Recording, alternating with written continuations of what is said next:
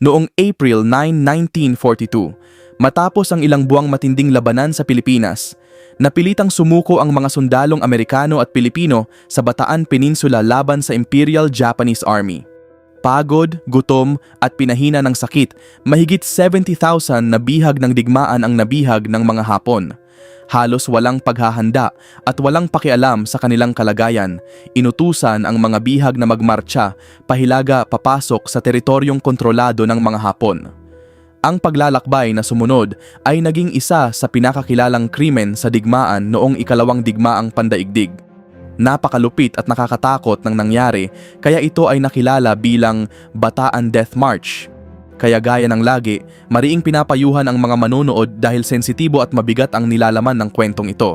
Pero bago tayo magsimula, kung bago ka pa lamang sa aming channel, mag-subscribe ka na para naman lagi kang updated sa mga ganitong uri ng video. Matagal bago pa tuluyang sumali ang Estados Unidos sa ikalawang digmaang pandaigdig, mahalaga na ang Pilipinas sa lumalawak na tensyon sa Pacific. Noong panahong iyon, sakop pa ng Amerika ang Pilipinas at dahil sa lokasyon nito, napakahalaga nito sa estratehiya ng digmaan. Nasa gitna ito ng mahahalagang ruta sa Southeast Asia, kaya nagsilbi itong matibay na pwesto ng Amerika sa Western Pacific at naging daan para mapalawak nila ang impluwensya sa rehiyon. Dahil alam ng Amerika kung gaano kahalaga ang depensa ng Pilipinas, nagsimula silang magpalakas ng presensya militar dito ilang buwan bago sumiklab ang digmaan. Noong July 1941, binuo ng US Army ang United States Army Forces in the Far East o mas kilala bilang USAFE.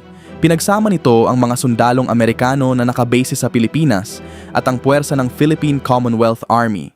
Dahil dito, nabuo ang isang hukbo na may humigit kumulang 120,000 na sundalo. Karamihan sa mga sundalong ito ay Pilipino at marami sa kanila ay bagong tawag pa lamang sa serbisyo militar at kakaunti pa ang karanasan sa pakikipagdigma. Mas maliit naman ang bilang ng mga sundalong Amerikano, pero sila ang nagbigay ng karamihan sa pamumuno at organisasyon ng hukbo. Inaasahan na magtutulungan ang dalawang grupo upang ipagtanggol ang Pilipinas sakaling sumiklab ang digmaan sa Pacific. Habang nangyayari ito, mahigpit ding binabantayan ng mga leader ng Japan ang sitwasyon sa rehiyon. Para sa kanila, ang Pilipinas ay parehong hadlang at oportunidad. Habang may presensya pa ng puwersang Amerikano rito, isa itong banta sa plano ng Japan na palawakin ang kontrol nito sa Southeast Asia. Kapag nasakop nila ang Pilipinas, mawawala ang bantang iyon at magkakaroon sila ng mas malaking kontrol sa mahahalagang ruta ng barko sa Pacific. Pagsapit ng kalagitnaan ng 1941, malinaw na sa magkabilang panig na kapag sumiklab ang digmaan sa Pacific, ang Pilipinas ay tiyak na magiging isa sa pinakauna at pinakamahalagang larangan ng labanan. At makalipas lamang ang ilang buwan, napatunayang totoo ang nakakatakot na prediksyon na iyon. Habang papalapit ang pagtatapos ng 1941, mabilis nang bumabagsak ang marupok na kapayapaan sa pagitan ng Amerika at Japan. Matagal nang lumalala ang tensyon sa pagitan ng dalawang bansa habang patuloy na pinapalawak ng Japan ang impluwensya nito sa Asia. Ngunit habang papalapit ang katapusan ng taon, tuluyan nang sumabog ang sitwasyon. Noong December 7, 1941, inilunsad ng mga eroplanong Hapones ang kilalang sorpresang pag-atake sa military base ng Amerika sa Pearl Harbor sa Hawaii. Malaking bahagi ng US Pacific Fleet ang napinsala at tuluyang nadamay ang Amerika sa digmaan. Ngunit bagamat madalas alalahanin ang Pearl Harbor bilang simula ng digmaan sa Pacific, isa lamang ito sa mas malawak na opensibang inilunsad ng Japan sa buong rehiyon. Halos kasabay ng pag-atake sa Hawaii, sinimulan din ng mga puwersang Hapones ang pag-atake sa iba't ibang estratehikong lokasyon sa Southeast Asia at Western Pacific. At gaya ng inaasahan, isa ang Pilipinas sa pangunahing target ng Japan. Ilang oras lamang matapos ang pag-atake sa Pearl Harbor, sinimulan na ring bombahin ng mga eroplanong Hapones ang mga paliparan at military installation ng Amerika sa Pilipinas. Dahil sa biglaang pag-ataking ito, maraming eroplanong Amerikano ang nasira habang nasa lupa pa lamang at lubhang humina ang puwersa ng USAFE bago pa man magsimula ang pangunahing pagsalakay. Hindi nagtagal, nagsimula na ring dumaong ang mga sundalong Hapones sa iba't ibang bahagi ng Pilipinas. Isa sa pinakamahalagang paglapag nila ay naganap noong December 22, 1941 nang makarating sa isla ng Luzon ang pangunahing puwersa ng ika-14 na hukbo ni General Masaharu Homma. Tinangka ng magkasanib na puwersang Pilipino at Amerikano na pigilan ang paglapag ng mga Hapones, ngunit pagsapit ng gabi na kontrol na ng mga sundalong Hapones ang mahahalagang posisyon at naghanda silang sumulong papasok ng kalupaan. Habang patuloy na sumusulong patimog ang mga puwersang Hapones sa isla, naging mas mabilis ang kanilang pag-abante kaysa sa inaasahan ng maraming military leader. Lalo pang naging komplikado ang sitwasyon dahil ang estratehiyang inihanda bago ang digmaan ay biglang napatunayang hindi na akma sa aktwal na nangyayari. Sa loob ng maraming taon bago nito, gumawa ang militar ng Amerika ng depensibong plano na tinawag na War Plan Orange 3 o WPO3. Nakabatay ang planong ito sa posibilidad na sakupin ng Japan ang Pilipinas. Kapag nangyari iyon, hindi susubukang depensahan ng mga sundalo ang buong kapuluan. Sa halip, aatras sila papunta sa Bataan Peninsula at sa malapit na isla ng Corregidor. Mula roon, haharangin nila ang pagpasok sa Manila Bay at mananatili hanggang dumating ang mga karagdagang puwersa mula Amerika. Ngunit nang bumalik si General Douglas MacArthur sa aktibong serbisyo militar noong 1941 upang pamunuan ang depensa ng Pilipinas, naniwala siyang masyadong konserbatibo ang planong iyon. Kaya imbes na maghanda agad sa pag-atras papuntang Bataan, pinili niyang depensahan ang mga isla sa mas malawak na paraan sa pamamagitan ng pagbabantay sa mga baybayin. Ang layunin ay harangin agad ang paglapag ng mga Hapones at pigilan silang makapagtatag ng puwersa sa lupa. Pero kalaunan, napatunayang malaking pagkakamali ang desisyong iyon. Nang magsimula ang pananakop, naging malinaw na napakabilis magbago ng sitwasyon para magtagumpay ang naturang plano. Hirap na hirap ang mga sundalong Pilipino at Amerikano na mapabagal ang pagsulong ng Japan. Noong December 23, isang araw lamang matapos ang pangunahing paglapag ng mga Hapones, ipinaalam kay MacArthur na imposible nang mapanatili ang depensa sa mga dalampasigan at humingi na ng pahintulot ang mga opisyal na umatras. Dahil dito, tuluyan nang iniwan ni MacArthur ang kanyang coastal defense strategy at bumalik sa orihinal na plano ng WPO3. Agad na naglabas ng utos para sa mga sundalong Amerikano at Pilipino na umatras patungo sa Bataan Peninsula, na itinuturing na pinakamatibay na posisyong maaring depensahan. Matagal nang kilala ang bahaging iyon ng Luzon bilang isang natural na tanggulan. Napapalibutan ito ng tubig sa tatlong panig at konektado lamang sa natitirang bahagi ng isla sa pamamagitan ng makitid na lupain, kaya mas madaling mapabagal doon ang paglusob ng mga Hapones. Habang nagsisimula ang pag-atras, idineklara namang open city ang Maynila. Ibig sabihin nito, hayagang inanunsyo ng militar na hindi nila ipaglalaban ang lungsod. Ginawa ito upang maiwasan ang matinding pambobomba at mabawasan ang pagkakitil ng mga sibilyan. Inilipat naman sa Corregidor ang mga opisyal ng gobyerno at punong himpilan ng militar habang ang mga sundalo sa iba't ibang bahagi ng Luzon ay patuloy na umatras papuntang Bataan. Hindi nagtagal, ang Bataan Peninsula ang naging huling malaking linya ng depensa ng magkasanib na puwersang Pilipino at Amerikano sa Pilipinas. Formal na nagsimula ang labanan sa Bataan noong January 4, 1942. Ang sumunod na labanan ay tumagal ng mahigit 3 buwan at habang lumilipas ang panahon, lalo lamang dumarami ang paghihirap na dinaranas ng mga sundalong nagtatanggol sa peninsula. Napakabilis kasi ng naging pag-atras papuntang Bataan kaya maraming supply at imbakan ng pagkain ang naiwan sa iba't ibang bahagi ng Luzon. Dahil dito, mabilis na kinapos ng pagkain ang mga sundalo sa Bataan. Ang ilan sa kanila ay napilitang mabuhay gamit lamang ang kalahati o kahit 1/4 ng normal nilang rasyon. Kasabay nito, mabilis ding kumalat ang mga sakit sa hanay ng mga sundalo dahil sa siksikan, kakulangan sa gamot at hirap ng tropikal na kapaligiran. Mabilis na lumaganap ang mga sakit tulad ng malaria at dysentery sa hanay ng USAFE. Ginawa ng mga medical personnel ang lahat ng kanilang makakaya upang gamutin ang mga may sakit, ngunit halos wala silang sapat na kagamitan at kulang na kulang sa gamot. Sa kabila ng lahat ng paghihirap na yon, patuloy pa ring lumaban ang mga sundalong Pilipino at Amerikano laban sa paglusob ng Japan. Linggo matapos linggo, matatag nilang ipinagtanggol ang kanilang mga linya sa Bataan habang umaasang may darating na tulong. Ngunit habang tumatagal ang mga buwan, unti-unti nilang napagtanto na walang darating na saklolo. Pagsapit ng unang bahagi ng April 1942, tuluyan nang bumagsak ang kalagayan sa Bataan. Matapos ang mahigit 3 buwang matinding labanan sa desperadong kondisyon, hindi na kayang ipagpatuloy ng mga tagapagtanggol ng peninsula ang digmaan. Libu-libong sundalo ang may sakit o halos makitil na sa gutom at marami sa mga natitirang unit ay halos hindi na makalaban. Si Major General Edward P. King Jr. na namuno sa mga puwersang nasa Bataan ay unti-unting napagtantong wala ng pag-asa ang kanilang sitwasyon.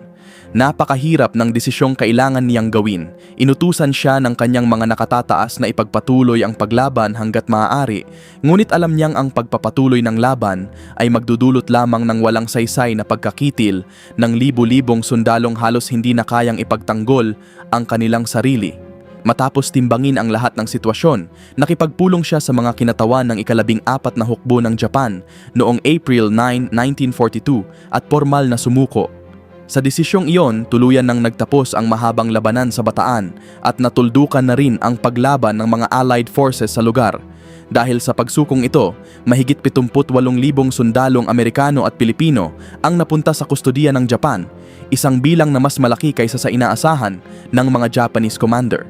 Biglang naharap ang mga opisyal ng Japan sa napakalaking problema kung paano ililipat ang napakaraming bihag palayo sa larangan ng digmaan dahil kakaunti lamang ang sasakyang magagamit at halos walang maayos na paghahanda para sa mga bihag. Ang naging solusyon nila ay hahantong sa isa sa pinakamalupit at pinakakilalang trahedya sa Pacific War. Ilang oras matapos ang pagsuko, tinipon ang mga sundalo ng USAFA sa iba't ibang bahagi ng Timog Bataan, lalo na malapit sa mga bayan ng Mariveles at Bagak. Marami sa mga sundalo noon ay pagod na pagod at litong-lito. Matapos ang ilang buwang labanan, bigla na lamang natapos ang digmaan para sa kanila, ngunit hindi nila alam kung ano ang susunod na mangyayari. Nagsimulang ayusin ng mga Japanese Guard ang mga bihag at agad silang inutusang isuko ang anumang gamit na mayroon pa sila. Kinuha ang kanilang mga personal na gamit, pinabuksan ang kanilang mga bulsa at ninakaw ang anumang mahahalagang bagay na dala nila. Hindi na kailangang sabihin pa na napakalayo nito sa pagiging maayos o makatao. Sa ilang lugar, pinagtitipon ang mga bihag sa malalawak na bukirin habang sa pilitang hinahalughog ng mga sundalong Hapones ang kanilang mga damit at kagamitan. Kapansin-pansin ding interesado ang mga gwardiya sa anumang bagay na dating pag-aari ng mga sundalong Hapones. Mabilis na kumalat ang balita sa mga bihag na sinumang mahuling may dalang perang Hapones o souvenir mula sa mga sundalong Hapon ay maaaring akusahang ninakaw nila iyon mula sa mga nakitil na sundalo sa labanan. At kalaunan, napatunayang totoo ang takot na iyon. Sa isang insidente, may maliit na grupo ng mga bihag na ibinukod matapos makitaan ng mga gamit na pinaniniwala ang pag-aari ng mga sundalong Hapones. Hindi nagtagal, malupit silang kinitil ng mga gwardiya. Nang kumalat ang balitang ito, maraming bihag ang agad nagtago o nagtapon ng anumang bagay na maaaring magdulot ng hinala laban sa kanila. Madalas ding maging marahas ang mismong paghahalughog. May ilang bihag na pinipinsala habang kinukuhaan ng gamit, habang ang iba naman ay ninakawan ng mga natitira nilang mahahalagang ari-arian. Sa isang napakalupit na insidente, sinubukan ng isang gwardiya na tanggalin ang singsing sa daliri ng isang bihag. Nang hindi niya ito maalis, gumamit umano siya ng sandata upang makuha iyon. Para sa mga bagong bihag na sundalo, naging malinaw agad sa kanila na ang pagsuko ay hindi nangangahulugang ligtas na sila. Sa halip, simula pa lamang ito ng isang bagong yugto ng matinding paghihirap, isang bangungot na magdadala sa kanila sa isang paglalakbay na marami sa kanila ay hindi na makakaligtas. Kinabukasan, inutusan ang mga bihag na magsimulang magmartsa pahilaga. Ang kanilang destinasyon ay ang Camp O'Donnell, isang dating training facility ng Philippine Army na matatagpuan maraming milya ang layo. Ang unang grupo ng mga bihag ay nagsimulang umalis mula sa bayan ng Mariveles noong April 10, habang ang iba naman ay nagsimulang magmartsa mula sa Bagak kinabukasan. Habang nagpapatuloy ang paglalakbay, unti-unting nagsama-sama ang iba't ibang hanay ng mga bihag habang nagmamartsa sila pahilaga sa Bataan patungo sa bayan ng Pilar bago tumuloy sa istasyon ng tren sa San Fernando. Hinati ang mga bihag sa mga grupong may tig-100 tao at bawat grupo ay binantayan ng ilang Japanese guard na may tungkuling tiyaking patuloy silang nagmamartsa. Para sa mga lalaking sa pilitang pinalakad sa kalsada, nagsimula ang martsa sa napakahirap na kondisyon. Marami sa kanila ang ilang buwan nang lumalaban habang kulang sa pagkain at marami na ring pinahina ng sakit. Ang ilan ay halos hindi na makatayo, lalo na ang maglakad ng humigit kumulang 105 kilometers papunta sa Camp O'Donnell. Sa mga unang bahagi ng marcha, may ilang pagkakataon na may mga Japanese officer na nagpakita ng kaunting kabaitan. May ilang bihag na kalaunan ay nagkwento na may mga gwardiyang pumayag na maitago nila ang ilang personal na gamit o kaya ay nagbahagi ng kaunting pagkain at sigarilyo. Sa isang kakaibang pangyayari, isang bihag na dating kilalang football player mula sa Notre Dame ang nawalan ng kanyang class ring matapos kunin ng isang gwardya, ngunit kalaunan ay ibinalik ito ng isang Japanese officer na nakakilala sa kanya dahil sa kanyang kasikatan noon sa kolehiyo. Ngunit sa kasamaang palad, bihira at panandalian lamang ang mga ganitong sandali. Habang mas lumalayo ang hanay ng mga bihag sa kalsada, lalo lamang naging mabagsik ang pagtrato sa kanila. Patuloy silang pinagmamadali ng mga Japanese guard nang walang pakialam sa kanilang kalagayan. Ang sinumang bumagal sa paglalakad ay nanganganib hampasin ng rifle butt o pinsalalin gamit ang anumang mahawakan ng mga guwardiya.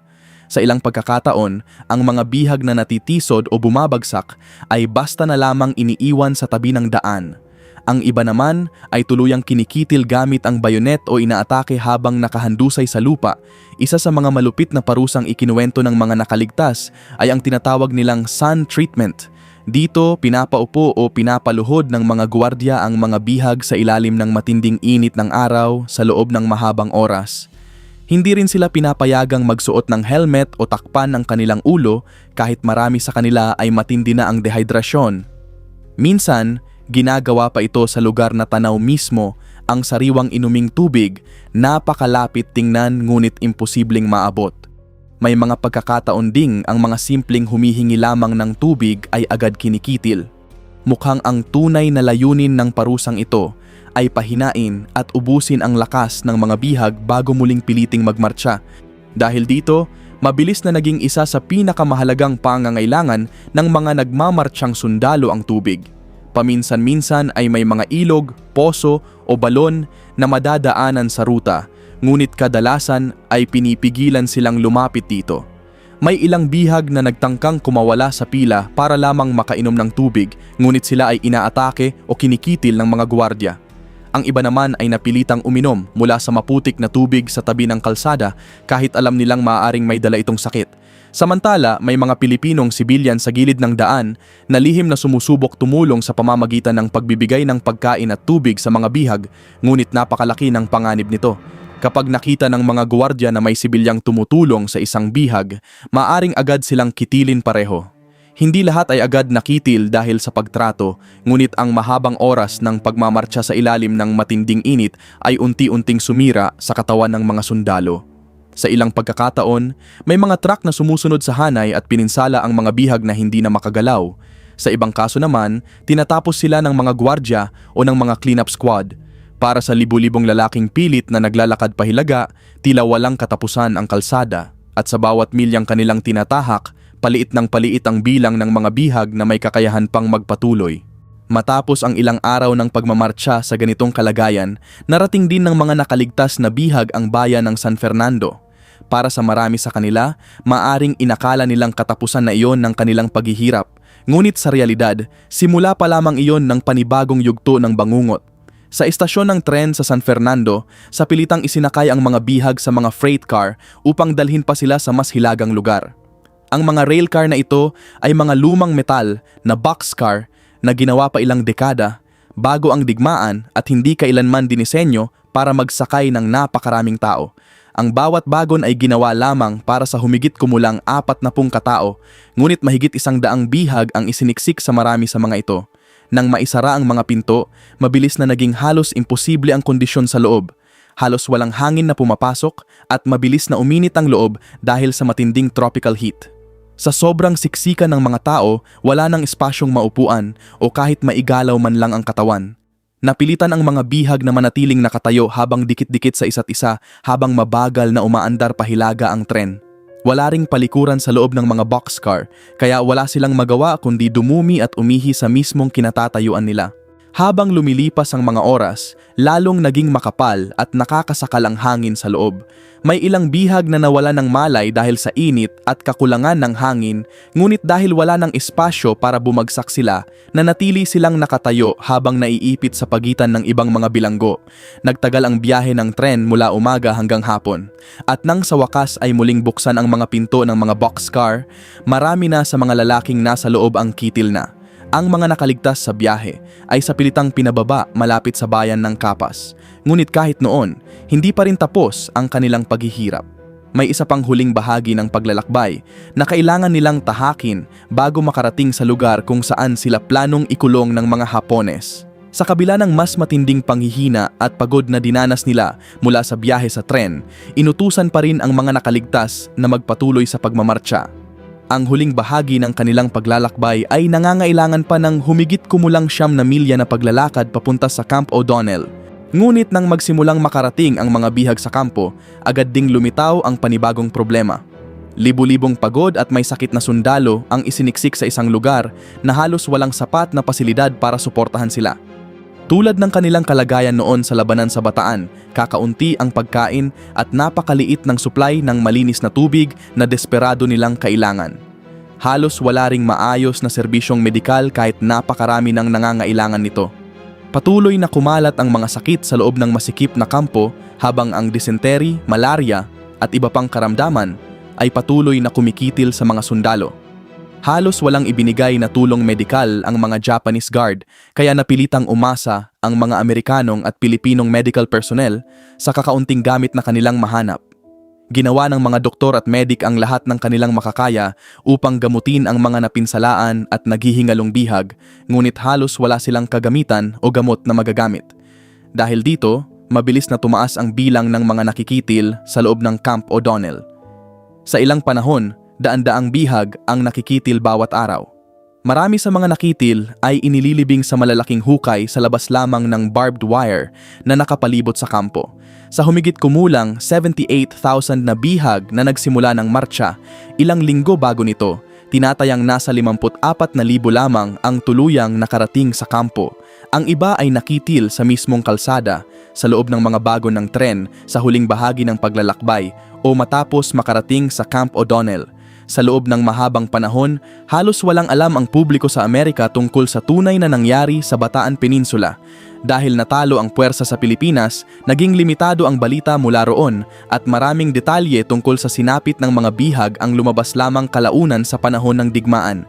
Noong lamang January 27, 1944, nang opisyal na isapubliko ng gobyerno ng Amerika ang mga detalye ng tinawag na Bataan Death March.